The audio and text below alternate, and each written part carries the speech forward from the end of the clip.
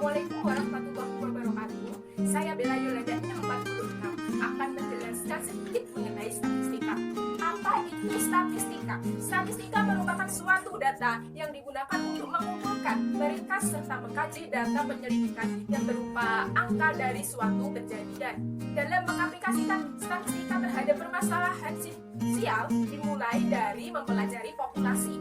Pendataan dalam populasi digunakan sebagai sensus. Dalam statistika sendiri dibedakan menjadi dua macam, yaitu yang pertama deskriptif, yang kedua adalah inferensial. Pada deskriptif itu bagaimana data itu dapat digambarkan atau dideskripsikan. Contohnya yaitu menghitung rata-rata.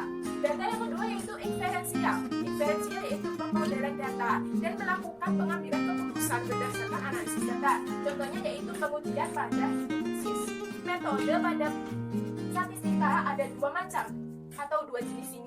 Dua-duanya sama-sama memiliki pengaruh perubahan, namun bedanya terletak pada bagaimana kajiannya itu dilakukan. Yang pertama adalah eksperimen, yang kedua adalah survei. Pada eksperimen ini melibatkan pengukuran terhadap sistem yang dikaji, contohnya pada ilmu pangan dan farmasi. Untuk yang survei ini tidak dilakukan manipulasi terhadap sistem yang dikaji. Tipe pengukuran pada statistika ini ada 4 macam. Yang pertama yaitu skala nominal, skala ordinal, interval, dan skala rasio. Di mana pada skala nominal ini hanya bisa melakukan sesuatu yang bersifat kualitatif. Pada skala ordinal, selain membedakan juga menunjukkan tingkatan. Pada skala interval, yaitu berupa angka kuantitatif namun tidak memiliki nilai nol mutlak. Pada skala rasio, berupa angka kuantitatif yang memiliki nilai nol mutlak. Jadi ini adalah beberapa data yang mengenai statistika. Teknik pada statistika ada 4 macam. Yang pertama yaitu analisis agresi dan korelasi. Yang kedua adalah ANOVA, yang ketiga adalah chi kuadrat, dan yang terakhir adalah uji Test-Zurn. Fungsi dan peranan dalam statistika ada berbagai macam. Salah satunya yaitu sebagai pencatat paling eksak dalam data penyelidikan. Lalu menyediakan cara-cara meringkas data lebih gampang lagi. Dan yang terakhir yaitu memberi dasar-dasar untuk menarik kesimpulan. Nah, di sini masih banyak peran dan fungsi dari statistika. Ini adalah beberapa contoh yang bisa saya sebutkan di sini. Assalamualaikum warahmatullahi wabarakatuh. Di sini saya akan mengulas mengenai distribusi frekuensi. Poin yang akan saya sampaikan yaitu adalah variabel kontinu dan diskrit, menentukan jumlah interval, menentukan lebar interval, distribusi frekuensi meningkat, dan jenis distribusi frekuensi. Sebelum kita melangkah lebih jauh lagi, apa itu distribusi frekuensi? Distribusi frekuensi yaitu susunan data dalam bentuk tabel yang disusun berdasarkan kelas.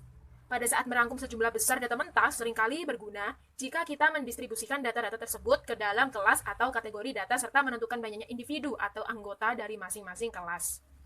Data mentah yaitu data yang sudah terkumpul tapi belum terorganisasi secara numerik. Contohnya yaitu kumpulan data berupa tinggi badan dari 100 orang mahasiswa yang diperoleh melalui daftar nama yang tercatat di universitasnya masing-masing. Variabel kontinu dan diskrit. Di sini kontinu adalah nilai yang bersambung. Contohnya, tinggi badan si A adalah 165. Pada hakikatnya, tinggi si A itu tidak mutlak tepat 165, melainkan misalnya 165,30 cm. Diskrit yaitu nilai yang terpisah, contohnya variabel jenis kelamin, yaitu bisa perempuan atau laki-laki. Jenis distribusi frekuensi. Pada kali ini ada 2 macam, yaitu distribusi frekuensi tunggal dan juga distribusi frekuensi bergolong. Pada tabel yang pertama yaitu distribusi frekuensi tunggal. Di sini, tabel distribusi frekuensi ini menunjuk penyebaran nilai-nilai dengan jumlah orang yang mendapat nilai itu. Sedangkan istilah tunggal menunjukkan tidak adanya pengelompokan nilai-nilai variabel dalam kolom pertama. Pada tabel kedua, yaitu hasil psikotes mahasiswa psikologi. Nilai inteligensi tertinggi adalah 116, terendah adalah 80. Apabila dibuat tabel distribusi tunggal, maka kita harus membuatnya sepanjang 21 baris. Untuk menyingkat ruangan dan menghemat tenaga, maka dilakukan pengelompokan seperti di atas. Istilah dalam distribusi bergolong, yaitu interval kelas, yaitu tiap-tiap kelompok nilai variabel. Biasanya disingkat dengan sebutan kelas atau interval saja. Batas kelas, yaitu nilai-nilai yang membatasi kelas yang satu dari kelas yang lainnya. Misalnya, batas atas 90, 101, 112, dan 123. Batas bawah 80, 91, 102, dan 113. Lebar kelas adalah jumlah nilai-nilai variabel dalam tiap-tiap kelas. Misalnya, lebar kelas dari tabel yaitu 80, 81, 82, 83, 84, 85, 86, 87, 88, 89, dan 90. Disusun dalam tabel atau grafik yang menggunakan interval kelas dengan isi 10 angka atau nilai dalam tiap-tiap intervalnya. Titik tengah adalah angka atau nilai variabel yang terdapat di tengah-tengah interval kelas. Misalnya 13, 14, dan 15, maka titik tengahnya adalah 14. Jumlah interval, yaitu banyaknya interval yang digunakan dalam penyusunan distribusi. Dan yang terakhir adalah jarak pengukuran, merupakan angka tertinggi dari pengukuran dikurangi dengan angka terendah. Biasa juga disebut sebagai range of. Menentukan jumlah interval. Ada beberapa faktor yang mempengaruhi penetapan jumlah interval, yaitu jumlah frekuensi, jarak pengukuran, lebar interval yang hendak digunakan, dan juga tujuan penyusunan distribusi itu. Prinsipnya jumlah interval kelas jangan terlalu sedikit sehingga pola-pola kelompok menjadi kabur. Misalnya, hanya membagi menjadi 2 kelompok, anak-anak dengan nilai baik dan buruk, sehingga tidak dapat diketahui anak-anak dengan nilai sedang, cukup, dan sebagainya. Namun jangan pula terlalu besar sehingga kita tidak akan mendapatkan gambaran tentang pola kelompok. Menentukan lebar interval. Di sini ada rumusnya, yaitu I sama dengan jarak pengukuran dikurangi jumlah interval. Contohnya, tinggi orang tertinggi di Indonesia 180 cm, yang terendah adalah 145 cm. Jumlah interval sebanyak 9 buah, maka 180,5 dikurangi 144,5, yaitu 9 dibagi 9. Ini ada sama dengan 36 dibagi 9 sama dengan 4. Distribusi frekuensi meningkat. Pada dasarnya sama saja dengan penyusunan distribusi frekuensi tunggal maupun distribusi frekuensi berkolom.